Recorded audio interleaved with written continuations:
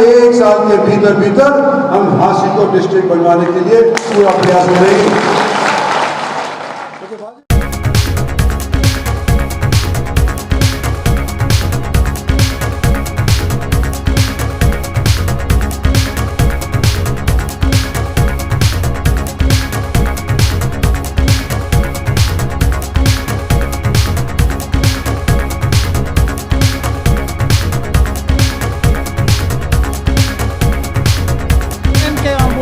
केसी farm house में केंद्रीय मंत्री राव इंद्रजीत और चौधरी धर्मवीर सिंह सांसद का अभिनंदन समारोह रखा गया, जहां वो भीड़ को गदगद देख बड़े खुश हुए। और किशन चेयरमैन ने क्या रखा है एक मांग पत्र, उसमें क्या क्या घोषणाएं हैं और क्या धर्मवीर सिंह ने बोला और क्या राव इंद्रजीत ने संबोधित किया, आइए आपको पूरी दिखाते हैं। राव इंद्रजीत जी, राज्य मंत्री भारत सरकार, मेरे राजनीतिक गुरु, मेरे को उंगली पकड़ के चलाने वाले मेरे आदरणीय, मेरे पूजनीय सांसद चौधरी धर्मवीर जी, पटौदी से पूर्व विधायक हमारी बड़ी बहन विमला देवी जी, हमारी बहन गायत्री यादव जी, महामंत्री हैं महिला सेल भारतीय जनता पार्टी हरियाणा की, बड़े भाई रामस्वरूप डाटा जी, राम कुमार डाटा जी, मेरे छोटे भाई जय सिंह ढाणी राजू, भतीजा है सुरेश खिचड़।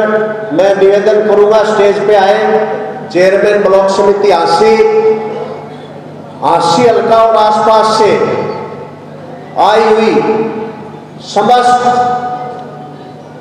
दोनों नेताओं को चाहने वाले वर्कर साथियों की ये बहुत बड़ी हाजिरी में जो टीम बैठी है, सभी मेरे आदरणीय हैं, माताओं बहनों, छायाकार व पत्रकार बंधुओं, आप सभी का यहां पहुंचने पर मैं दिल की गहराई से आपका अभिनंदन करता हूं, आपका धन्यवाद करता हूं। आदरणीय राव साहब और चौधरी धर्मवीर जी को मैं बताना चाहता हूं, चौधरी धर्मवीर जी तो वाकिफ हैं बहुत अच्छी तरह से हांसी से, नारनौंद हल्के से भी, गांव-गांव का इनको पता है, राजनीतिक तौर पे भी और सामाजिक तौर पे भी सभी बातों से वाकिफ हैं। उसके बावजूद मैं आदरणीय राव इंद्रजीत और हमारे आदरणीय सांसद चौधरी धर्मवीर जी से प्रार्थना करूंगा कि जैसे महेंद्रगढ़, नारनौल और गुड़गांव लोकसभा क्षेत्र को आपने चमका दिया विकास के मामले में, कनेक्टिविटी के मामले में, उसी प्रकार से आसी को भी अपना हल्का समझ के आप इस हल्के का विशेष ख्याल रखें। आप सभी की तरफ से दोनों नेताओं को मैं प्रार्थना करता हूं, निवेदन करता हूं। मैं धन्यवाद करता हूं आदरणीय राव इंद्रजीत जी का, मंत्री जी का और सांसद साहब चौधरी धर्मवीर जी का। भिवाड़ी से आसी और बरवाड़ा टोहाना होते हुए पंजाब बॉर्डर तक NHAI के द्वारा एक बहुत बड़ा प्रोजेक्ट 1330 करोड़ रुपए का गडकरी जी से मिलके हमारी छोटी सी मांग पर दोनों नेताओं ने मंजूर करवाया। मैं पूरे हल्के की तरफ से आप दोनों नेताओं का दिल की गहराई से इस कार्य के लिए, इस प्रोजेक्ट के लिए मैं धन्यवाद करता हूं। आदरणीय मंत्री जी, मैं कोई ज्यादा बड़ा भाषणबाजी वाला वक्ता तो हूं नहीं, मैं तो एक छोटा सा मांग पत्र आप दोनों नेताओं की सेवा में हल्के की तरफ से प्रस्तुत करना चाहता हूं। सबसे पहले हमारी मांग है कि आसी को जिला बनाया जाए। पिछले 11 साल से आसी हल्के की जनता और आसपास के जितने भी विधानसभा क्षेत्र के लोग हैं इस चीज के इंतजार में हैं। आप चाहे हरियाणा सरकार को नायब सिंह सैनी जी से इसकी घोषणा करवाएं, चाहे भारत सरकार में आपकी बहुत अच्छी पकड़ है, उन पे दबाव बना के ये जिला डिक्लेयर करवाएं। दूसरा, आशी की जो सीवरेज लाइन है ये शहर की 1970 में जब शुरुआत हुई थी सीवरेज प्रणाली की, उस टाइम जनसंख्या के आधार पर डिजाइन करके ये सीवरेज लाइन डाली गई थी। 1970 से लेके ये 2000 तक का प्रोजेक्ट था 30 साल के लिए, लेकिन जनसंख्या 10 गुना बढ़ चुकी है शहर की। आज आधा घंटा अगर बारिश हो जाए तो हमारा पूरा शहर लबालब हो जाता है। यहाँ का नेतृत्व चाहे कोई भी रहा हो, मैं कोई क्रिटिसाइज नहीं करना चाहता किसी के प्रति, शहर की सीवरेज प्रणाली की तरफ सीवरेज लाइन नहीं बिछवाने के लिए किसी ने ध्यान नहीं दिया। पूरे हांसी शहर की आदरणीय राव साहब और आदरणीय धर्मवीर जी सांसद साहब, ये मुख्य मांग शहर के लोगों की है जो मैं आपके सम्मुख रख रहा हूँ। मुझे उम्मीद है अमृत योजना में या कोई दूसरी योजना जो भी हरियाणा सरकार के द्वारा चलाई जाती है, पहली योजना अमृत योजना जो हमारी यहाँ सैंक्शन हुई उसमें पानी की पाइपलाइन मंजूर की गई। दूसरी जो योजना अगली प्लान में होनी है उसमें इसको टेकअप किया जाए और हमारी शहर की जनसंख्या 10 गुना बढ़ चुकी, जैसे मैंने पहले बताया, उसके हिसाब से सीवरेज को डिजाइन करवाया जाए। तीसरा, हमारी पेटवा डिस्ट्रीब्यूटरी है जो पूरे इलाके को, नारनौल हल्के को भी और हांसी को भी पानी पहुंचता है, जिससे अपर हेड से सरकार द्वारा 875 क्यूसेक पानी पेटवा डिस्ट्रीब्यूटरी के लिए मंजूर किया गया है। लेकिन कई सालों से 400 क्यूसेक पानी हमें मिलता है, जिसकी वजह से खेती का पानी, खेत में पानी देने के लिए तो दूर गांव, जो बड़े गांव हैं, जो शहर के वाटर वर्क्स है, गांव के वाटर वर्क्स है, उनमें भी पीने का पानी नहीं पहुंच पाता। गर्मी के दिनों में तो आदरणीय राव साहब 10-10 हजार रुपए का डेली पानी मोल आता है गांव के अंदर। आज जुलाई का महीना, बरसात का मौसम इस वक्त चल रहा है, उसके बावजूद शहर में पानी के कट लग रहे हैं।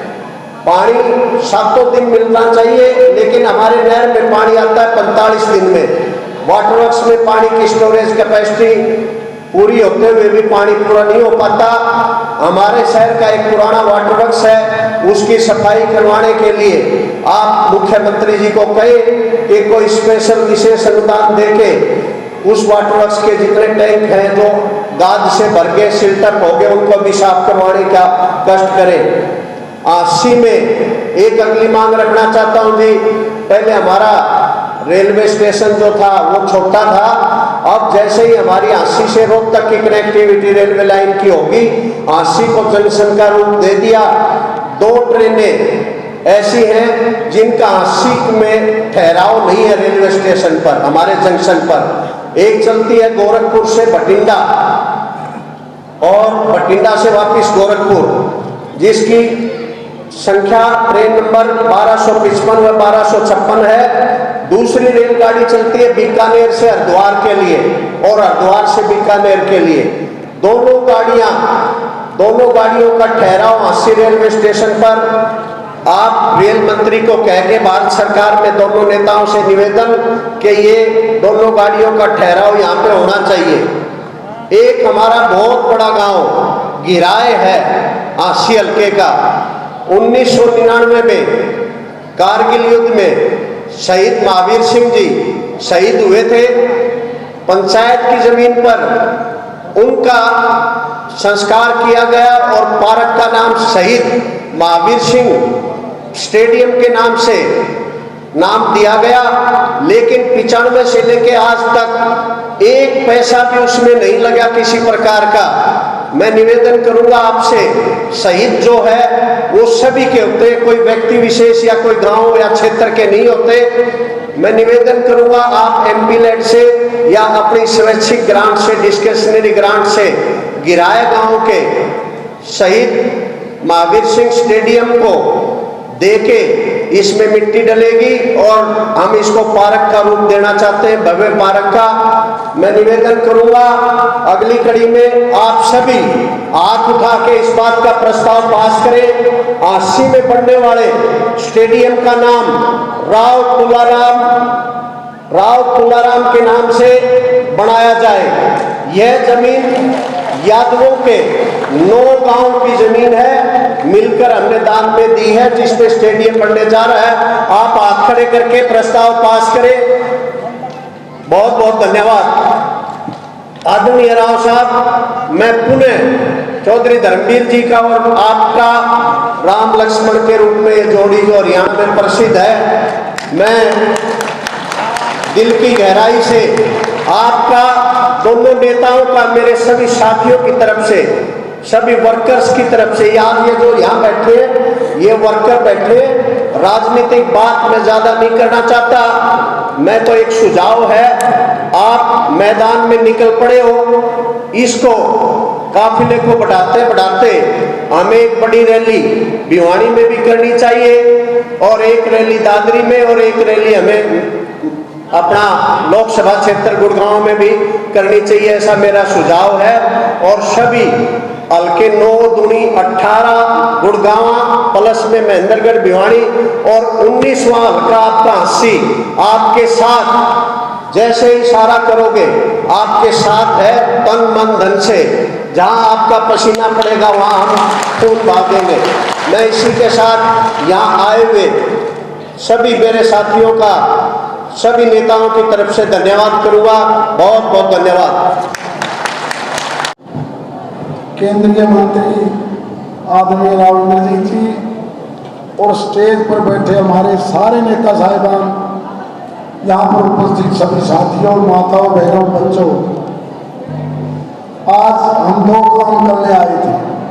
काम तो था पहला कि आप लोगों ने जिस तरह से किसी प्रकार का चुनाव हो, कहीं का चुनाव हो, कहीं रैली हो, अपना काम छोड़कर आप मेरे लिए पिछले कई साल से पूरा का पूरा योगदान देते हो, इसलिए हम आपका धन्यवाद करने के लिए आए।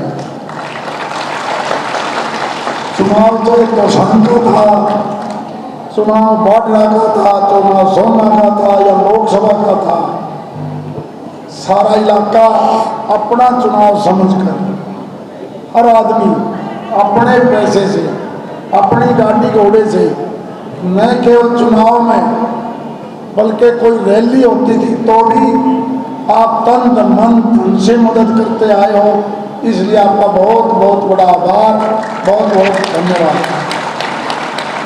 और साथ साथ आपने आज राव साहब का मान और सम्मान देने के लिए भी एक प्रोग्राम बनाया, क्योंकि राव साहब केवल दक्षिणी हरियाणा या अहिरवाल के नेता नहीं हैं। 1857 से लेकर आज तक जितना बड़ा योगदान इस परिवार का रहा है, शायद किसी परिवार का रहा हो। आज़ादी तो 1947 में मिली, लेकिन 1857 को तो 250 साल हो गए। जब हरियाणा बढ़ा तब भी अगर विरोधी दल कोई था तो हरियाणा विशाल हरियाणा पार्टी थी, जब दूसरी पार्टियां नहीं होती थी। ये हमारा इलाका भी उनके साथ एक कंधे से कंधा मिलाकर चलता था।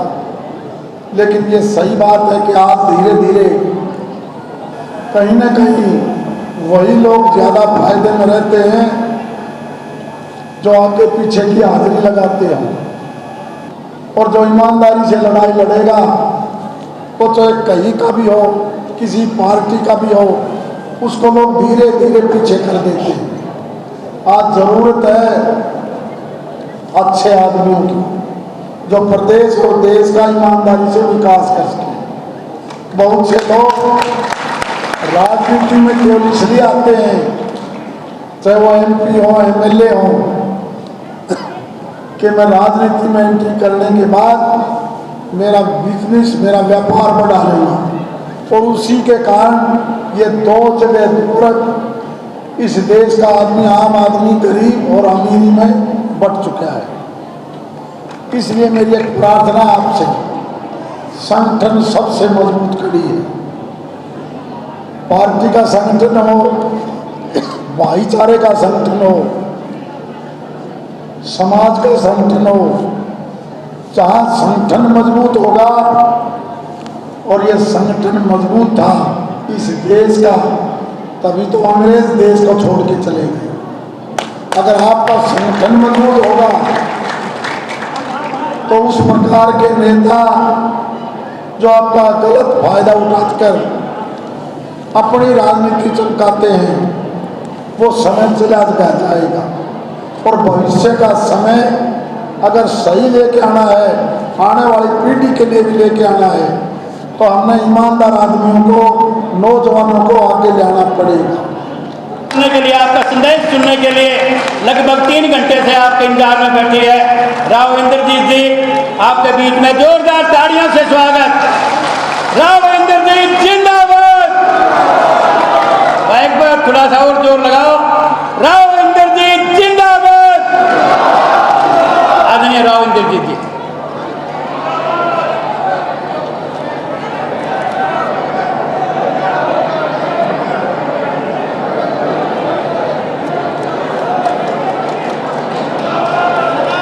माननीय चौधरी धर्मवीर जी,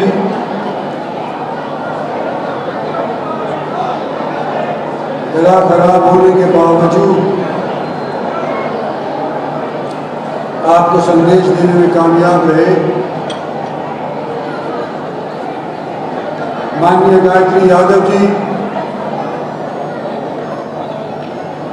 माननीय ऑर्गेनाइजर साहब,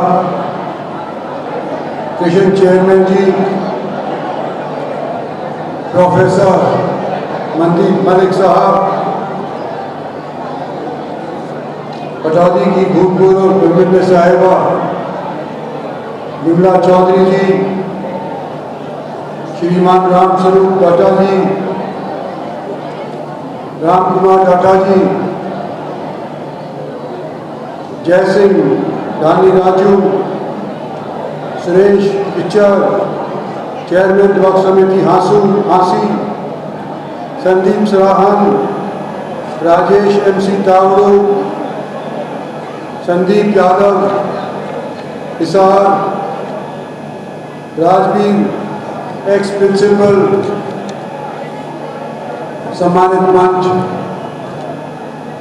और यहाँ किशन चेयरमैन के संस्थान के अंदर इतनी भारी तादाद के अंदर आए मेरे साथियों, माताओं, बहनों, दोस्तों, मैं मुबारकबाद देना चाहता हूँ किशन जी को।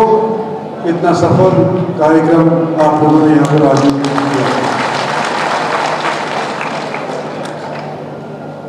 और जब हांसी की बात होती है तो शायद आप लोगों को पता नहीं कि जो हमारा स्किनर्स हाउस है, भारत की पलटन के अंदर जो एक स्किनर्स हाउस नाम की एक रेजिमेंट है, उसकी शुरुआत हांसी से हुई। आर्मर्ड कोर के अंदर सबसे हाईली डेकोरेटेड अगर कोई रेजिमेंट है वो स्किनर्स हाउस है। और जिसको पैदा किसने किया कि हांसी के यहाँ के किसानों ने, मजदूरों ने, गाँवों ने। ये इतिहास है हांसी का। और हांसी की जब जिक्र होता है तो ये भूलना नहीं चाहिए कि आज के दिन हमारी पलटन के अंदर सबसे अहम जो रेजिमेंट है स्किनर्स हाउस, वो हांसी की पैदा करी हुई है। साथियों, ये प्रोग्राम मेरे को और चौधरी धर्मवीर जी को इलेक्शन जीतने के उपरांत सम्मान देने के तौर पे किया हुआ है। हमारी पार्टी भारत के अंदर सत्तासीन हो गई, ये हम सभी को खुशी है। और ये उम्मीद है कि सन 47 के अंदर हम एक विकसित देश बनेंगे। लेकिन जो उम्मीद सन 14 के अंदर हरियाणा के लोगों ने ली थी, जो उम्मीद 19 के चुनाव के अंदर थोड़ी कम हो गई, जब 90 से हमारे को सिर्फ 40 एमएलए बन पाए। ये उम्मीद हमने बरकरार अगर रखनी है तो चौधरी धर्मवीर दुरुस्त कह रहे थे कि हमारे को अच्छे आदमियों को टिकट दिलवानी पड़ेगी। हमारी जिम्मेवारी, मेरी है, एमपी धर्मवीर की है कि हम अच्छे लोगों को टिकट दिलवाएं। अपनी पार्टी से अनुरोध करें। मैं तो उस कमेटी के अंदर भी बैठता हूं जहां टिकटों के फैसले होते हैं। हमारी यह जिम्मेवारी है कि अच्छे आदमियों को टिकट दिलवाएं। आपकी जिम्मेवारी है कि आप अच्छे आदमी को अपना मत दें। हो सकता है होते आए हैं, सभी इंसान ही हैं, पार्टी चलाते हैं वो भी इंसान हैं। हो सकता है गलतियां हो जाएं, हो सकता है पार्टी वालों को ना मालूम हो कि अच्छा व्यक्ति है बुरा व्यक्ति है। मेरे जैसे लोगों की सिफारिश के ऊपर अगर टिकट दे दी जाती है और व्यक्ति ठीक नहीं है तो फाइनल फैसला कौन करेगा? जनता करेगी। और हरियाणा की जनता को मैं मुबारकबाद देना चाहता हूं और ये बताना चाहता हूं कि आज से 50 बरस पहले मैं हरियाणा से दिल्ली पढ़ने जाया करता था। सन 66 के अंदर हरियाणा बना था और 68 के अंदर मैंने दिल्ली के हिंदू कॉलेज के अंदर दाखिला लिया था। जब मैं हिंदू कॉलेज गया, जो लोग पढ़े लिखे हैं और कॉलेज जाते हैं उनको मालूम है कि नए नए व्यक्ति को वहां पर रैगिंग करते हैं। और जब मेरा नंबर आया तो मेरे को एक कॉपी पकड़ा दी गई और उसमें कहा गया कि तुमने शाम तक इस पूरी पोथी को भरना है और क्या लिखना है इसके ऊपर कि मैं हरियाणा का निवासी हूं। पहले तो पूछा गया भी कहां से आया है? दिल्ली में दूर दरार के लोग पढ़ने आया करते थे। और मेरे से पूछा गया कि कहां का है? नया नया हरियाणा था। मैंने छाती ठोक करके कहा कि मैं हरियाणा से आया। और मेरे से लिखवाया गया सैकड़ों बार कि मैं हरियाणा का हूं जहां पर एग्रीकल्चर है लेकिन कल्चर नहीं है। यानी कि हरियाणा की हैसियत ये थी कि यहां पर सारे बोतड़े पैदा होते हैं। बोतड़ों का प्रदेश है, इनको पढ़ाई लिखाई से कोई मतलब ही नहीं है। ये हरियाणा की साख थी जब हम पंजाब से अलग होकर के अपना अलग प्रदेश बनाए। हमारे पास ना पानी था, ना एजुकेशन थी, ना माली व्यवस्था थी। सिर्फ हमारे पास एक संपत्ति थी तो वो हरियाणा की जनता थी। और जब मैं आज कह रहा हूं आप सबको कि मैं हरियाणा की जनता को मुबारकबाद देना चाहता हूं कि वो हरियाणा जो गुर्बत के अंदर पंजाब से अलग हुआ था, आज के दिन वो पंजाब को कई कोस पीछे छोड़ चुका है। पंजाब को ही नहीं, केरला जैसा जो मुल्क या प्रांत जो आज के दिन सबसे समृद्ध कहलाया जाता है, उसको चुनौती आज की जनता को जाता है। जो मेहनत कर जनता ने बिना पानी के, बिना एजुकेशन के आज के दिन हरियाणा को इतना समृद्ध बना दिया है। साथियों, हम और आप हरियाणा के रहने वाले, क्या छोटे से प्रांत के रहने वाले हैं, पर जो आज के दिन हरियाणा के अंदर फैसला करेंगे वो यूपी के अंदर भी जाएगा, वो राजस्थान के अंदर भी जाता है। और ये परंपरागत तौर के ऊपर मैं कह रहा हूँ, कोई नई बात मैं नहीं कहने लगा। आज जब आपके बीच के अंदर मैं आया हूँ तो एक चीज और मैंने महसूस करी है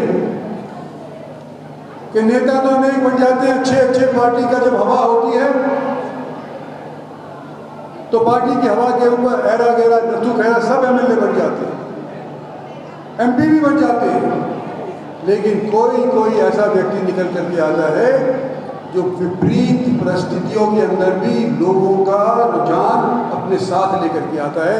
और उनमें से एक व्यक्ति ऐसा है जिसका जिक्र पहले हो चुका है कि चौधरी धर्मवीर अपने हल्के तोशाम से निकले, बाढ़ा गए, सोना गए और 3 बार महेंद्रगढ़ से लोकसभा के सदस्य बने। हमने नहीं बनाया, जनता ने बनाया, इनके कार्यकर्ताओं ने बनाया। कृष्ण चेयरमैन का और रामस्वरूप डाटे का मैं उदाहरण देना चाहता हूं कि महीने तक और इस बार भीषण गर्मी के अंदर महीने महीने तक अपना घर बार छोड़ करके और ये महेंद्रगढ़ में, नांगल चौधरी में, अटेली के अंदर पड़े रहे, जिसकी वजह से धर्मवीर की जीत आज के दिन संभव हुई। ऐसे कार्यकर्ता भारतीय जनता पार्टी के अंदर मिल जाएं। मैं सुना करता था कि जो कम्युनिस्ट पार्टी वाले इनके कार्यकर्ता बहुत बढ़िया हैं।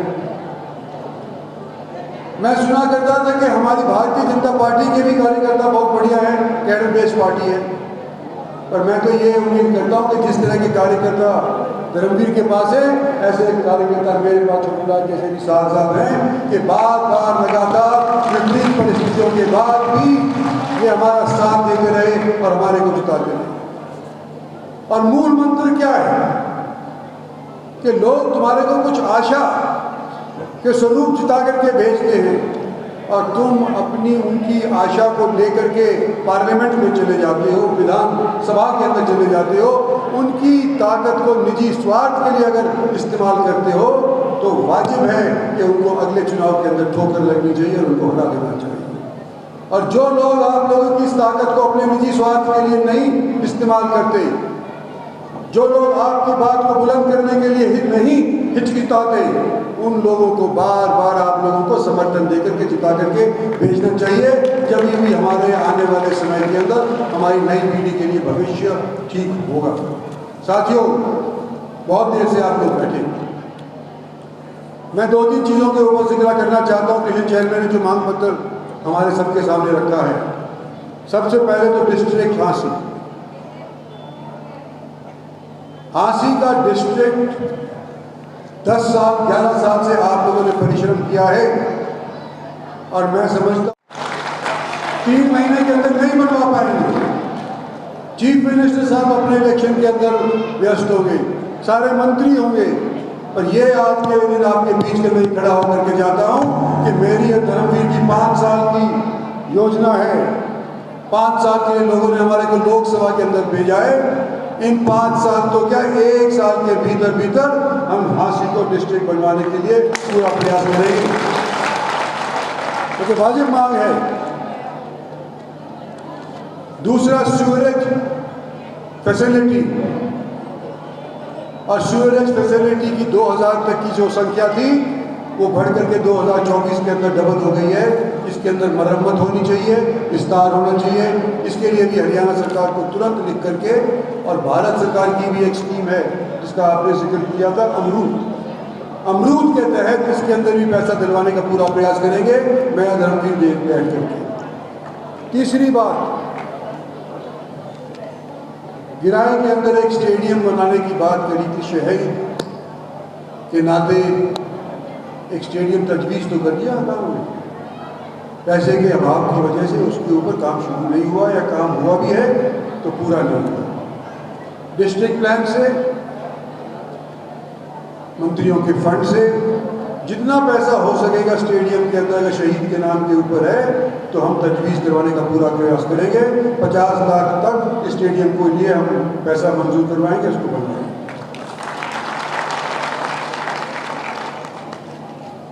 चौथी बात, रेलवे की स्टॉपेज। भारत सरकार का काम है और अभी तक हमको सफलता मिली है। और कई बार जो मंत्री के तौर के ऊपर मैं लोकसभा के अंदर बैठ करके नहीं बोल सकता, तो हमारी आवाज़ बुलंद करने के लिए हमारे पास धर्मवीर जैसे काबिल शख्स हैं। तो रेलवे की स्टॉपेज के लिए अश्विनी जी से बात करके इसके बारे में आपको अवगत कराएंगे कि कब तक इसको हम सिरे चढ़ा सकते हैं। और 5वीं बात,